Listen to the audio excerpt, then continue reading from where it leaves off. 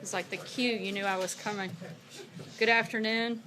Later today at 1:35 p.m. Hawaii time, Vice President Mike Pence, at the request of President Trump, will participate in an honorable carry ceremony at Joint Base Pearl Harbor. The leader of North Korea has followed through on his commitment to return the first set of remains of Americans to our homeland. These brave souls deserve nothing but our honor and respect. The families of these soldiers have been waiting for more than 60 years for their loved ones to come home. We hope that as remains are identified, families like those of Commander John C. McKeel can find peace. John was assigned to Navy Squadron 125 and was killed while leading a dive bombing mission into North Korea. John's nephew Doug, who lives in Minnesota, recently wrote the president a letter explaining how his uncle was a special person who grew up in the Great Depression and wanted to serve his country. Another letter from Mary in Pennsylvania tells the president of her uncle, Corporal Andrew Boyer, who has been missing in action in Korea since September of 1951. Mary has a picture of her uncle hanging in her living room as a reminder of his commitment and service to our country. Both of these men and their families represent thousands of proud, patriotic American families. The president is committed to them and will work to bring them the closure they deserve. On another matter, we have seen all of the alarming images of the wildfires causing severe damage out west. The White House and FEMA have been actively monitoring the wildfires to ensure that federal assistance is provided as quickly as possible. On Saturday, the president declared that an emergency exists for the California wildfires. As a result, FEMA has placed resources from 8 different federal departments and agencies to support the efforts of local firefighters and relief organizations. The president will continue to monitor this ongoing emergency and make sure the people of California receive the assistance they need to keep them safe and recover. Our prayers are with the firefighters who recently lost their lives battling these fires and their grieving families. Lastly, the president has been closely following the ongoing situation in Turkey involving Pastor Andrew Brunson. We've seen no evidence that Pastor Brunson has done anything wrong, and we believe he is a victim of unfair and unjust detention by the government of Turkey. At the president's direction, the Department of Treasury is sanctioning Turkey's Minister of Justice and Minister of Interior, both of whom played leading roles in the arrest and detention of Pastor Brunson. As a result, any property or interest in property of both ministers within U.S. jurisdiction is blocked, and U.S. persons are generally prohibited from engaging in transactions with them. For anything further, I would refer you to the Treasury Department on that front, and with that, I will take your questions. Zeke. Thank you, sir. First, just a quick note on behalf of the press corps. Last month, there were only 3 briefings with you, totaling under an hour. If at some point in the next month or two, obviously there's travel concerns, but we'd appreciate if you were able to give us some more time. There are a lot of issues we'd like to cover. One of those, first off, is the president's tweet this morning about the Russia program's direction to the Attorney General Jeff Sessions, asking him to end the Mueller probe right now. The president said a few weeks ago that he did, or a few months ago, sorry, that he was not going to intervene in the Department of Justice's handling of that investigation. Does that tweet this morning mark a change in posture by the president? It's not an order. It's the president's opinion, and it's ridiculous that all of the corruption and dishonesty that's gone on with the launching of the witch hunt, the president has watched this process play out, but he also wants to see it come to an end, as he stated many times, and we look forward to that happening. And on different topics here, you mentioned that the transfer of these remains from North Korea, the North Korean, that are fulfilling his commitment to the president as treated in Singapore. There's a report yesterday that North Korea is still assembling ICBMs, and as well as the Pentagon says that it's not yet possible to verify that the remains that have been transferred back are in fact human or American. How does that meet sort of the test of North Korea fulfilling its commitment that it agreed to in Singapore? I'm not going to comment on the first part of your question on any potential intelligence matter. In terms of the remains, we have the best of the best that have been working over the last several weeks on this process. We'll keep you updated on it, but we feel comfortable in the assessment that they've made up until this point. John. Sarah, on the next proposed tranche of tariffs against China, the figure initially for tariffs was 10%, but it's our understanding that the president now wants to take that up to 25%. What's the reason behind increasing it from 10 to 25? And in a tit for tat, if you want to call it trade war or something else, who has more bullets, China or the United States? The president firmly believes that the United States certainly does. We'll have an update later today, and there will be a call at 3:30 this afternoon to walk through the details of that update in regards to the question you asked about 10 to 25. Look, the bottom line is the president's going to continue to hold China responsible for their unfair trade practices. This has gone on for long enough, and he's going to do something about it. Does the president believe that? Back here, sorry, go ahead, I was John. just going to say, the president has made some headway with the EU in terms of lowering trade barriers, taking steps toward leveling the playing field. Does the president and his team believe that that is possible with China without taking some real punitive measures? Certainly, we'd like to see the playing field level. The president, as both he and I think about 15 members of his administration have said repeatedly, we'd like to see the unfair trade practices stop. But until that happens, the president's going to hold their feet to the fire. He's going to continue to put pressure on China, and he's not going to sit back and allow American industries and American workers to be taken advantage of. Dave. Sarah, churches around the country, synagogues, some evangelical leaders have been up in arms in the last few weeks about last year's tax cut law. They say there's a provision in there that's going to force them to pay a new 21% federal income tax on the benefits that they give to certain employees. Can you assure churches from the podium there that they're not going to have to pay a new tax?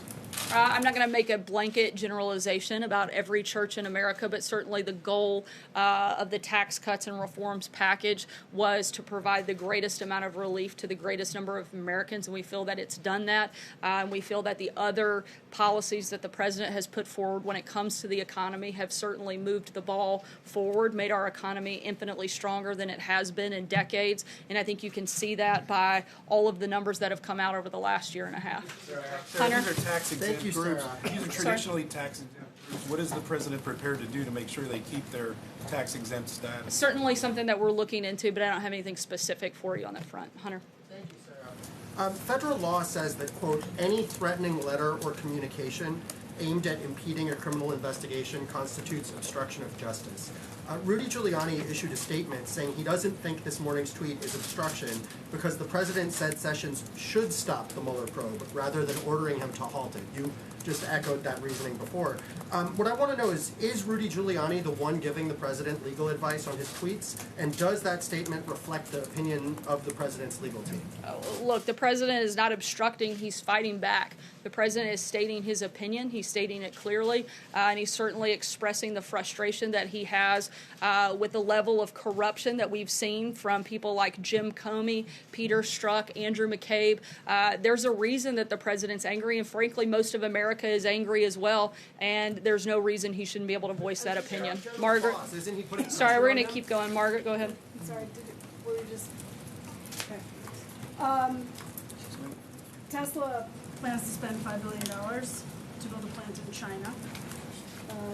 They're saying it's not going to affect Tesla operations in the U.S., but I'm wondering whether the administration has any concerns about Tesla's plans. Certainly, we'd love to see all American companies investing here. I don't have anything specific on Tesla, but we would encourage all companies to build their plants in America, put their investments here, and certainly not engage and help bolster a country like China that has continued to be part of a very unfair process and very unfair trading practices. John? Sarah? Thanks a lot, Sarah. There was a reaction to the president's tweets today from some of his allies on Capitol Hill. Republican Senator Hatch said, I don't fully get what he's trying to do. And another Republican senator, Senator Thune, said the Mueller investigation needs to move forward. He said they ought to let them complete their work. Do you agree with that sentiment expressed by Senator Thune that this investigation by Mr. Mueller ought to be completed and not be sort of cut off at its knees? We certainly think it should be completed. We'd like it to be completed sooner rather than later. It's gone on for an extensive amount of time. They've still come up with nothing in regards to the president. We'd like to see it come to a close. We've said that a number of times. So sure, we actually agree on that front. Cecilia? If I may. Sorry, sir, I'm just because we're the tight on Attorney time because the General president's going to be said speaking. the Cecilia, go Attorney ahead. General recused Sorry, himself John, from just the because we're Mueller tight on investigation. time, I'll try to get to as many people as possible. Cecilia, go ahead. Does the president still believe that millions of people are voting illegally in this country? Is that the basis for this push for requiring voter IDs? Even if there are 10 people that are voting illegally, it shouldn't happen. The president wants to see the integrity of our election systems upheld, and that's the purpose of his comments. He wants to make sure that anybody that's voting is somebody that should be voting, and I think that's something that, frankly, should be celebrated, not discriminated. When was the last Major? time the president went to a grocery store? I'm not sure. I'm not sure why that matters either. Major, go ahead. Last night that you needed ID to buy groceries. Grocery store. You go to the grocery store, I go to the grocery store. I've never had to show an I've ID been to a buy lot my lately, actually. grocery store. I've never had to show an ID when I go to buy groceries. Most Certainly, people don't. if you go to a grocery store and you buy beer and wine, you're certainly going to show your ID. I don't think that. Is that what the president who doesn't drink meant? He's not saying every time he went in. He said when you go to the grocery store. I'm pretty sure that everybody in here who's been to a grocery store that's purchased beer or wine has probably had to show their ID. If they didn't, then that's probably a problem with the grocery store. Major, go ahead. Sarah, to follow up on John Decker's question, you want the investigation to end. You want it to end, I presume, also without any obstruction, meaning without any interference. Many have described the president's tweet this morning as blowing off steam. Is that a fair characterization? It's just an opinion he's throwing out there. It has nothing to do with his actual governmental control of or supervision of this investigation. Once again, as I said earlier, the president stating his opinion. It's not in order, but he's been, I think, crystal clear about how he feels about this investigation from the beginning. Sarah? Because you said a moment ago that the investigation itself is corrupt. The Mueller investigation. Then you mentioned Comey and McCabe and Strzok. They're not. Strzok certainly isn't anymore. He was for a time. The entire investigation is based off of a dirty, discredited dossier that was paid for by an opposing campaign and had a lot of corruption within the entity which was overseeing it, which was Peter Strzok, James Comey, Andrew McCabe. We've laid this out a number of times. I don't think that we have to go into it every single time we're in here.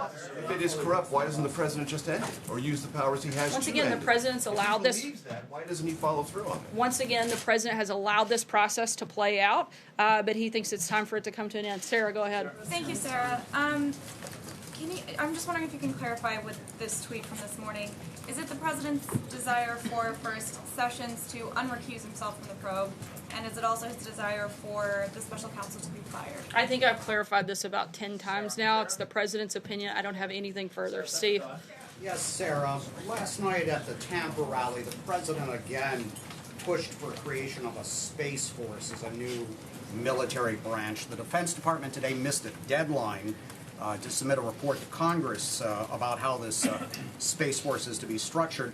And we're told that the White House has now twice rejected drafts because the Defense Department doesn't want a space force. It'd rather create a space command under the existing military structure. In view of this, how is the president going to force the creation of a space force? We're continuing to work with the Department of Defense to figure out and determine the best way forward, something that the president feels strongly about, and we're going to work with our team there and figure out the best solution.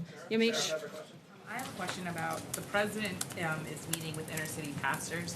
Today, Secretary Carson has pushed policies that would raise the rent on many poor people. He's also pushed policies that would slow anti-immigration initiatives.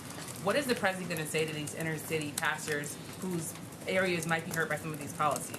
Certainly that's the reason to sit down with these individuals, to hear their feedback, hear their concerns.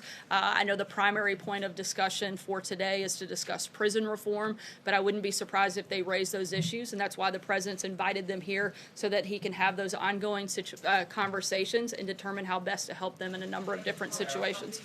In inner cities? I'm sorry? Are those policies that are raising rents on poor people and that are slowing anti-segregation initiatives, are they helping inner cities in the president's opinion? I would have to look at the specific policies you're referencing. I'd be happy to do that after the briefing.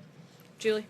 Sarah, Members of this administration are apparently talking about big cuts to the refugee resettlement program, which is currently capped at 45,000, but I'm told it's under discussion for cuts as low as 25,000 next year. Does the president feel that this country admits too many refugees? What does he think the proper level is, and what would the rationale be for scaling it back?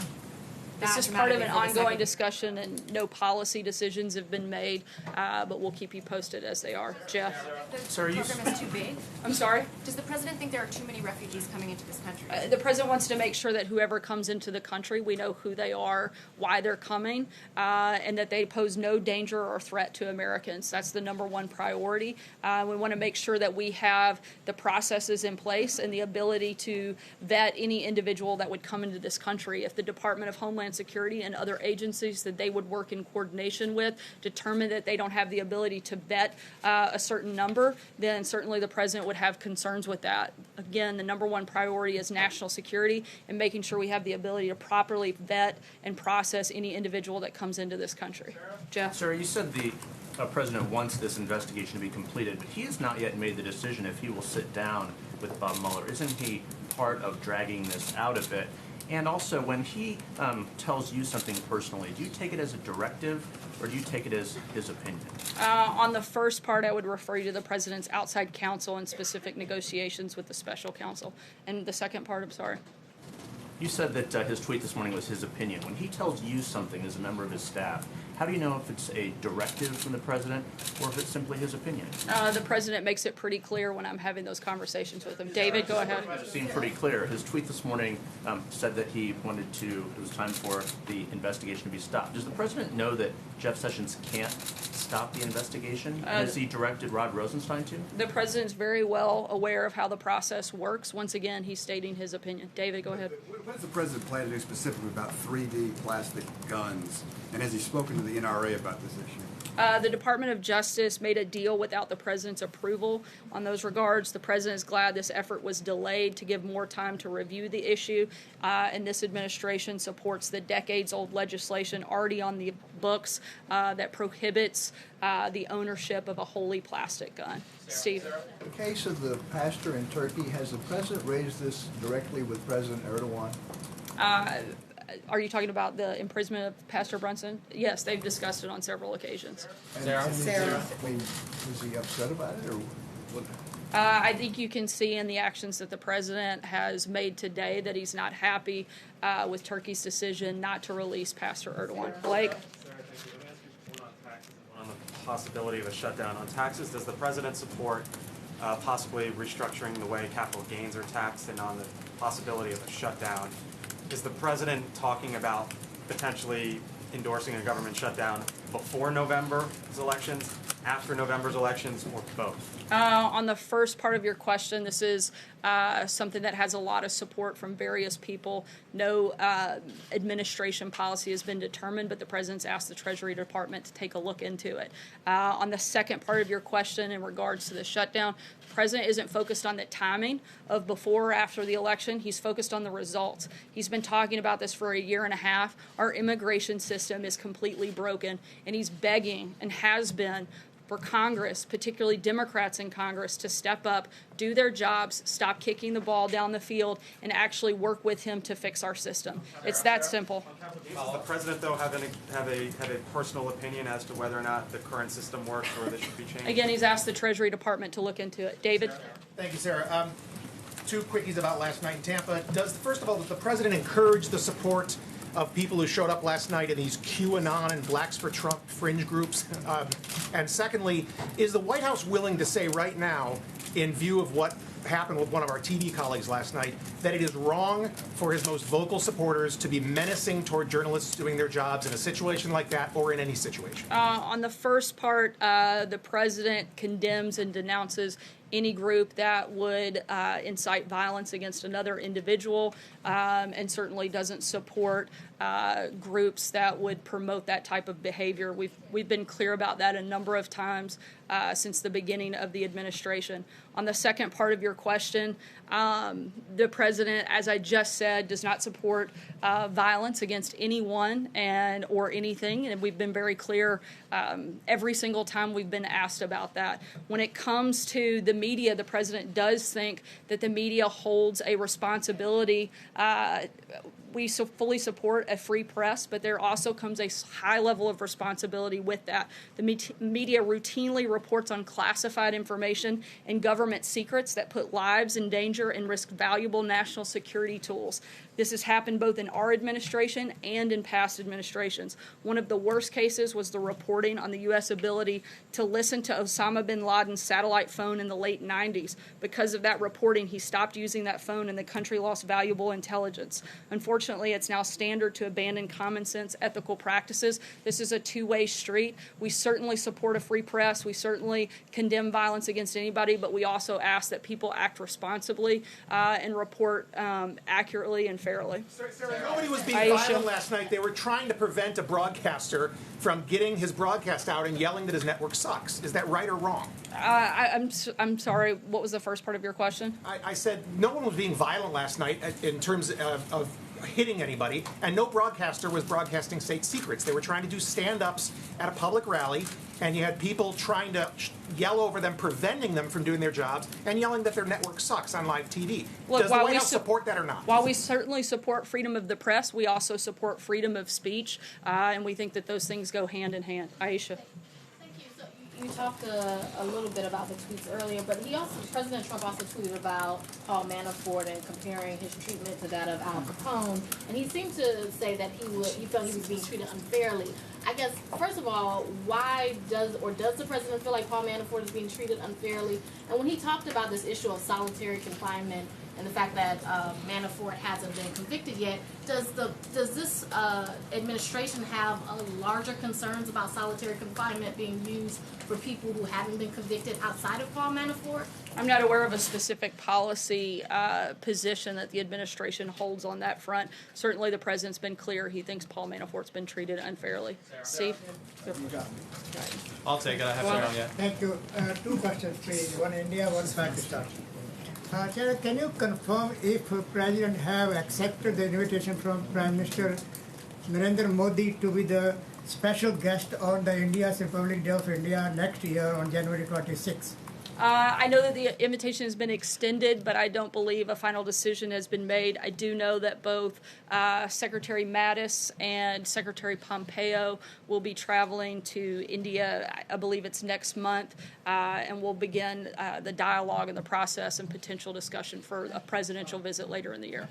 Peter? Pakistan is concerned. There was a historic election, and Mr. Khan, he ran on a corruption election in Pakistan. He had very little to say good things about India, US and Israel, but still he is the Prime Minister of Pakistan today. How you are going to deal with him? The United States, the US-Pakistan relations. Certainly, the United States and India have a deep and abiding strategic partnership, and we're going to continue to build on that partnership and advance cooperation. And I think you'll see that at the meeting that'll take place with Secretaries Pompeo and Mattis next month. Peter? I'll make them quick. Does the president believe that Paul Manafort is innocent of the charges he faces? I don't believe that that's the president's role to play. He believes he's being treated unfairly. Beyond that, I can't say. Let me ask you then to follow up on the views that the president expressed on Twitter today, saying that Attorney General Jeff Sessions should stop this rigged witch hunt right now. Has the president said that directly to Jeff Sessions at any point? I'm not aware. Again, the president stating his opinion. We got time for one last question. Has he said it at any point to Rod Rosenstein? Not that I'm aware of. Last question, Mike. Just to follow on that, so it's the president's opinion that Sessions should end the Mueller probe, but it's also his opinion that the Mueller probe should play itself out. The president believes that he's watched this process, frankly, play out. He'd like to see it come to a conclusion since it's been going on for the better part of a year and a half, and they've found no collusion between the president, as he said many, many times before. The president's got an event here starting in a couple minutes. Sure. The president, you've also said the president believes he can fire Mueller. So doesn't it look weak on Twitter for him to say Sessions should end this probe when it's Rosenstein that can end the probe, and the president believes he can end the probe. It's not weak for the President of the United States to state his opinion. Thanks so much, guys.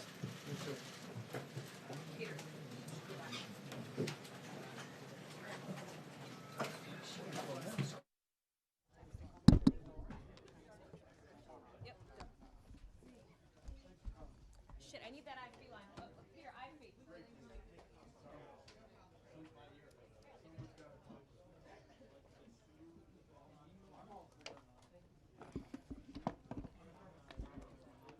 Hey, Gil.